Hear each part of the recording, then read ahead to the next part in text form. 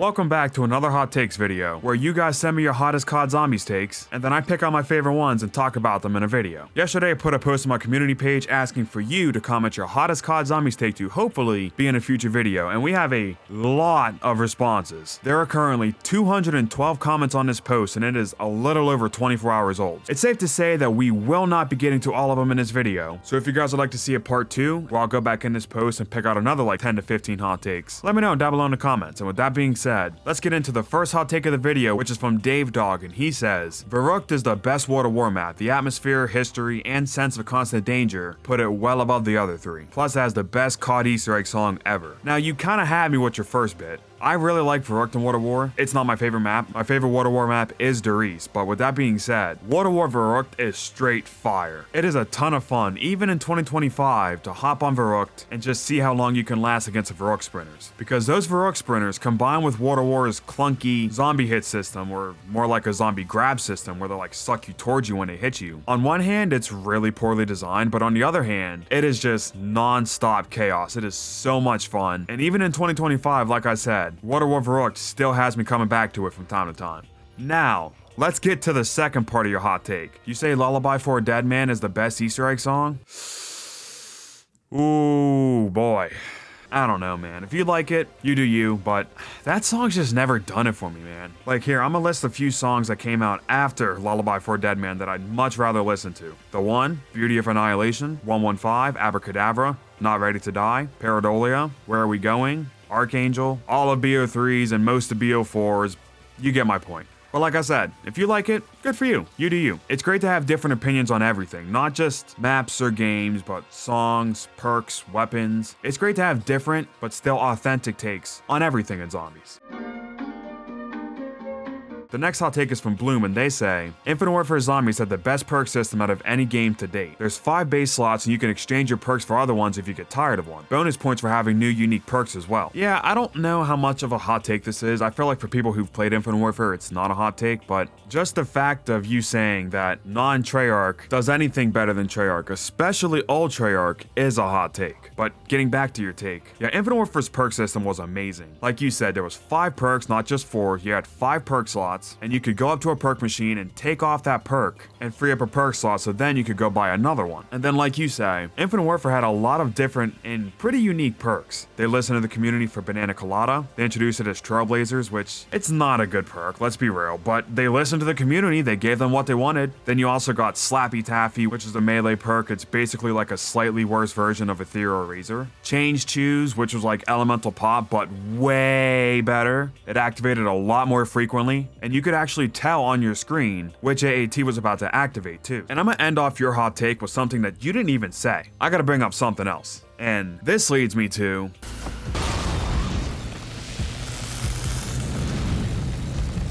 We're doing it this early in the video. 2 minutes in, 3 minutes in, I don't know. I'm doing the voiceover. You know I don't. We're doing my hot take for the video. And my hot take is actually sticking with your hot take, Bloom. Because my hot take is, I think that Infinite Warfare Zombies perk jingles are more enjoyable to listen to than Treyarch's. Ever since I've heard these perk jingles, I've much preferred these over the Treyarch counterparts. They're just so groovy, and they all like fit a different genre of music and a different era of music, and they all sound like real songs that you would hear on the radio, or at least for their time. I don't know how much of it I can play, but I'm gonna play you a couple seconds of Bomb Stoppers, and then I'm gonna play you a few seconds of Up and Adams. So here's Bomb Stoppers.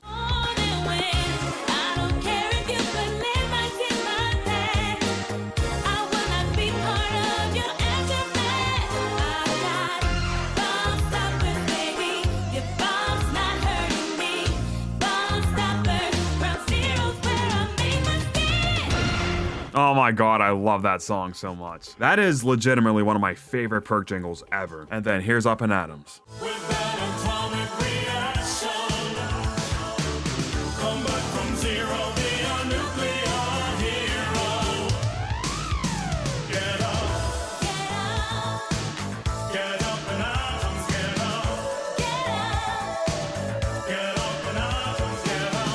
But it's not just those two either. For the sake of time and this video hopefully not getting taken down. I'm not gonna play all of them in this video, but if you wanna go listen to more, go listen to all of them, but my favorites are Tough Nuff, Bang Bangs, Racing Stripes, Bomb Stoppers, Mule Munchies, and Blue Bolts. The Treyarch ones aren't bad, don't get me wrong, I'm not saying they are, but if you give me the option between having to listen to Treyarch's perk jingles or Infinite Warfare's perk jingles, chances are I'm picking Infinite Warfare's. So there's my hot take. Let me know what you think down below in the comments, and with that being said, let's get back to y'all's.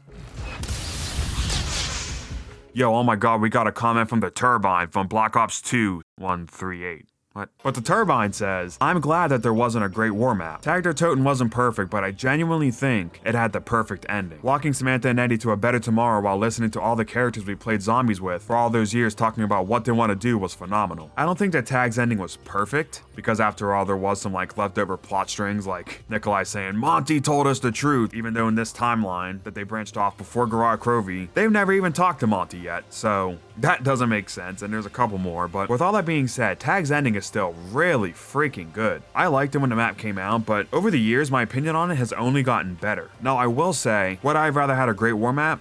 Yes, definitely. I think that would have been the ideal finale for the Ether storyline, but with that being said, I think Tag's ending was good enough. I'll talk more about this Easter egg and its end cutscene in my Every Map Ranked video, so if you want to know my full thoughts on it, go watch that video, or at least go watch the Tag ranking. Sticking with BO4, our next hot take is from Gravy, and he says, Dead of the Night has some of the best atmosphere for a zombies map. It gets hated on for all the part locations, but Origins has just about the same amount of part locations too. I love Dead of the Night, and its wonder weapon is Prime with 2 ways to upgrade. The characters are fun, and I love the layout of it. Last part first, layout's great. I did get a little confused at the beginning of the game, or not at the beginning of the game, but when the map first came out, I got a little confused by the map layout, but I quickly got over that. But as someone whose favorite maps are maps like Origins, Shadows of Evil, Derize, and Drac, Dead of the Night did take a while for even me to get used to. Like, I would just play the map over and over again, and there would just be something that I could not remember, and I'd have to go to a guide and figure it out, and that doesn't bother me personally, but for a lot of other people in this community, I can totally understand why that'd be a huge turnoff for them. But like I said, it took even me a while to fully be able to like remember all the part locations and everything, and even to this day, sometimes when I hop on this map and I check 3 of the 4 locations for one of the symbols, like the red symbol or the blue symbol, and I can't find it at those, that still is kind of annoying to me, but I mean, it's been 5 years. If I don't know it by now, it's a skill issue on my part. And also, there are 14 different spawn locations for the fire core traps. That's ridiculous. I mean,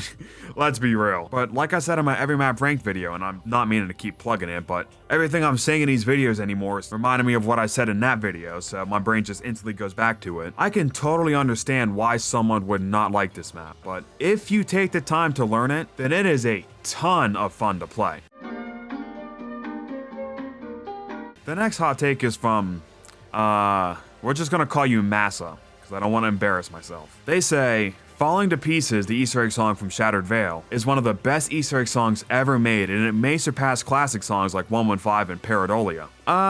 This might be another hot take. I don't know. I don't know how people think about this song, but I'm not a big fan of it. I mean, it's not a bad song, but I mean, I wouldn't even say it's the best Easter egg song in BO6. That I would give to Slave. Slave is a banger and a half, and if you were to replace Falling to Pieces in this comment with Slave, then I would 100% agree, because I think that song is more enjoyable to listen to than like 115 and maybe Paradolia too. I don't know. I really like Paradolia, but that's besides the point. You didn't comment about Slave. You commented about Falling to Pieces. Like I said for the first hot take, if you like the song, good for you. I don't want to step over it and say, oh, this song sucks and you're stupid if you like this song. That is the last thing I want to do in these videos, especially about a song of all things. But me personally, I'm not a big fan of it. Channel member Jerbo says the Super Easter egg rewards, for the most part, are underwhelming. BO2 is just an ending that you get, and depending on your side, a non-canon one. BO3 is better with the RK5, but the other rewards have to be done in Revelations. The best, in my opinion, is Infinite Warfare with Willard Weiler, and the best boss with a few other perks alongside it. Yeah, Infinite Warfare definitely does have the best Super Easter egg reward ever, and I feel like even trying to compare it to another game is just like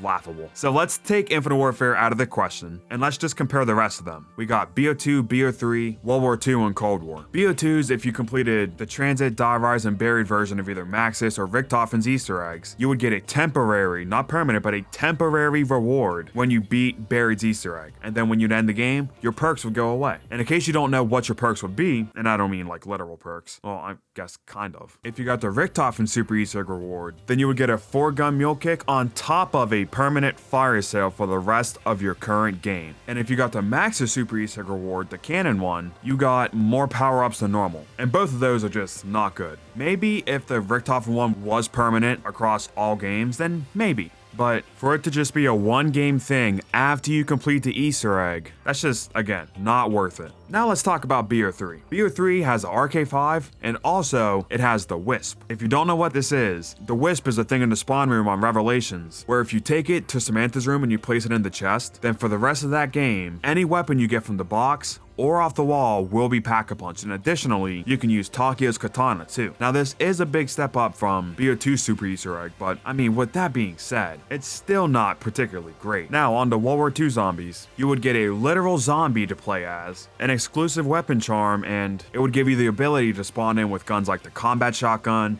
the MP40, the M1 Garand, and the Thompson. So that was better than BO3, but with that being said, it's still a step down from Infinite Warfare, which was the game directly before this one, and the last game currently to have a Super Easter egg. BO6 is about to change that, so this is about to be outdated, but Cold War Super Easter egg is you have to go in Outbreak and form the pack to get a purple rarity weapon to start with. Now this is a big improvement from your normal red rarity or even green or blue rarity guns, but at the end of the day, it's just a slightly better version of BO3's. So to summarize, all of them besides Infinite Warfare are not good, or at least not great, not passable. Every single Super Easter egg, except for Infinite Warfare, does not give you enough rewards for all the effort you have to go through. Hopefully BO6 will change this. I don't know if it will, but hopefully it does.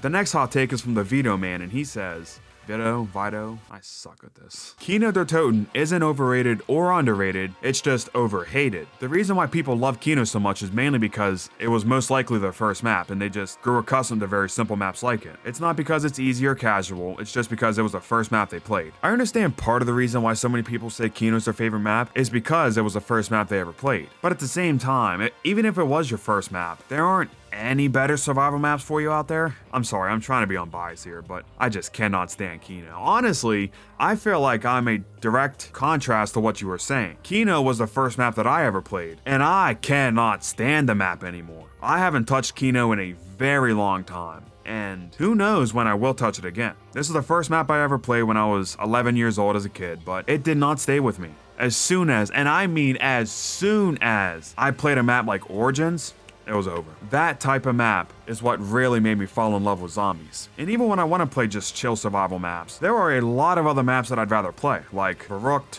Doris, Town, Liberty Falls, The Tomb, Forsaken. Like there's so many, in my opinion at least, better survival maps that keep me coming back, unlike Kino. And if you like Kino, you do you, but even though it was my first map ever, will be a map that I most likely will never like again. There's a second hot take, I guess. The next hot take is actually from two different people, but they say pretty similar things, and they're both about Citadel de Morts. The first one says, Citadel is the 5th best zombies map of all time. The theme is great, and so the general atmosphere of the map. All 4 of the swords are fun to use, and all have a fun upgrade quest, and overall, great wonder weapons that can get you to high rounds. The story of the map is great, with all the story the castle has with the owl. The ending cutscene with the plot twist that Verruckt was adopted by Kraft was crazy. The Doppelgas is fun to go up against, and works excellently with the amalgam. Slave is easily the best Easter egg song since Mad Hatter, and also fit the theme perfectly. The Easter egg itself is great, and it has one of the best bosses of all of Call of Duty history. There's a lot to unpack in this comment. For starters, the atmosphere of the map. Yeah, a lot of people do not like it, but I actually do. I said this in my video, but when I first played Elden Ring, well,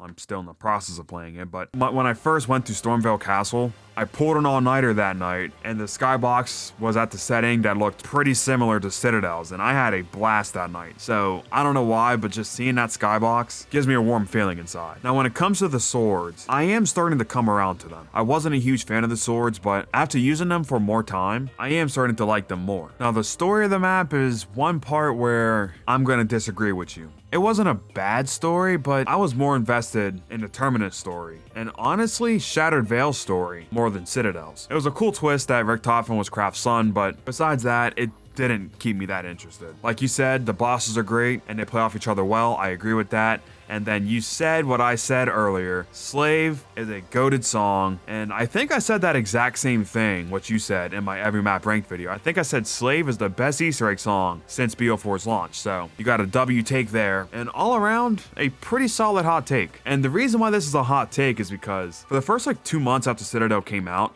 people were really overhyping it. Like they were saying it was like better than Horizon Drac, easily top 3 map of all time, better than Origins, better than Mob of the Dead, and I never saw that. I never disliked the map, but I never thought it was like even close to like top 5. And I still don't really. This map is in my A tier, I think number 16 on my list. But since the Shattered Veil came out, a lot of people have very quickly soured on Citadel. Like, it was like I went to sleep one night, people loved Citadel, and then I woke up the next day and everyone was like, Citadel sucks, why do you like this map? It's awful. And I'm just like, what happened? But unlike the community, Citadel has actually grown on me more over the past few months, rather than me getting tired of it. I still think Terminus is the best map in BO6, even post-Shattered Veil. Terminus is easily the GOAT in BO6, but Citadel is probably my number 2. And the next hot take also has to do with Citadel de Morts, and it's from Mob Spider, and they say, Citadel de Morts has a top 5 Easter egg of all time. The Easter egg and boss fight are extremely fun and challenging without being tedious and annoying. The only exception being maybe the blood trap step, but once you know how to do it, it's really easy.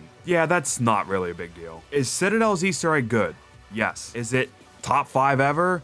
Absolutely not, in my opinion. It's not offensive, and it's, like I said, not even a bad quest, but I think it needed to be longer. Like, something I'm really starting to not like are Easter eggs that the majority of the quest is just building the wonder weapon, or in Citadel's case, the 4 wonder weapons. Once you build the 4 swords, the rest of the quest flies by really fast. Like, casually playing, you could probably complete the point from building all 4 swords to the boss fight in like 20-25 minutes. And I just do not, I was gonna say I don't enjoy, but I do enjoy this Easter egg, but I prefer Easter eggs that half of it's not just upgrading the wonder weapon. Channel member Dope as Goat says, Widow's Wine is the most overrated perk of all time. It's good, but it never makes my rotation. I'm taking Jug, Double Tap, Stamina Up, and Speed Coal over it every time. Now, I'm totally biased because I love Widow's Wine. It's my second favorite perk ever, but I mean, I can't argue with what you said. If you're gonna take the crutch perks over Widow's Wine, yeah, that makes sense. But at the same time, with BO3's really fast zombie hit speed, I could make the argument that Widow's Wine is also a crutch perk, depending on what you're doing. Like, there are moments in BO3 where if you don't have Jug,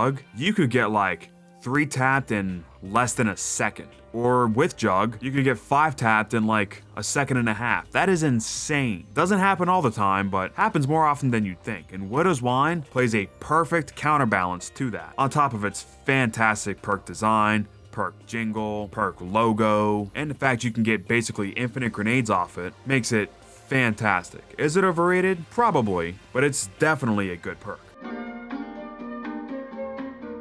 And the final hot take of this video is from channel member The Real Boss RPG, and they say Infinite Warfare Zombies is more fun and replayable, especially because of Director's Cut and the super fun Easter eggs. It's more fun than BO6. I like BO6, but I don't feel it's that replayable, and I don't really find myself wanting to redo the Easter eggs unless I'm helping someone else. I understand that, and I probably agree with the statement that Infinite Warfare is more fun than BO6, but on my ranking, they're like neck and neck. But like you said, it's especially because of Director's Cut. If it wasn't for Director's Cut and the super Easter egg boss fight like Mephistopheles, I probably would put BO6 over Infinite Warfare, but I really like both games, so I'm pretty indifferent on this hot take. And the BO6 Easter eggs, for the most part, are pretty good, but all around, they just needed to be longer. Terminus could have had another step or 2. Citadel could have had another 2 or 3 steps. Liberty Falls, same thing, and the Tomb, I mean, what the hell was the Tomb? The Tomb could have used another, like, 5 steps or something. About the only Easter egg in BO6 I feel is the appropriate length is Shattered Veil, but even then, I feel like that Easter egg does go by pretty fast. I don't know. What do you guys think about this hot take? Would you rather play Infinite Warfare or BO6? Let me know in the comments. And thank you all for watching this video. If you enjoyed, make sure you drop a like and subscribe if you're new. Shout out to my members. Thank you all so much for supporting me. If you don't know, one of the perks of being a member is that you're guaranteed to be in these hot takes videos. Unless you don't leave a hot take, of course. So if that interests you, click the join button down below. Thank you all for watching, and with that being said, I will see you all in the next one.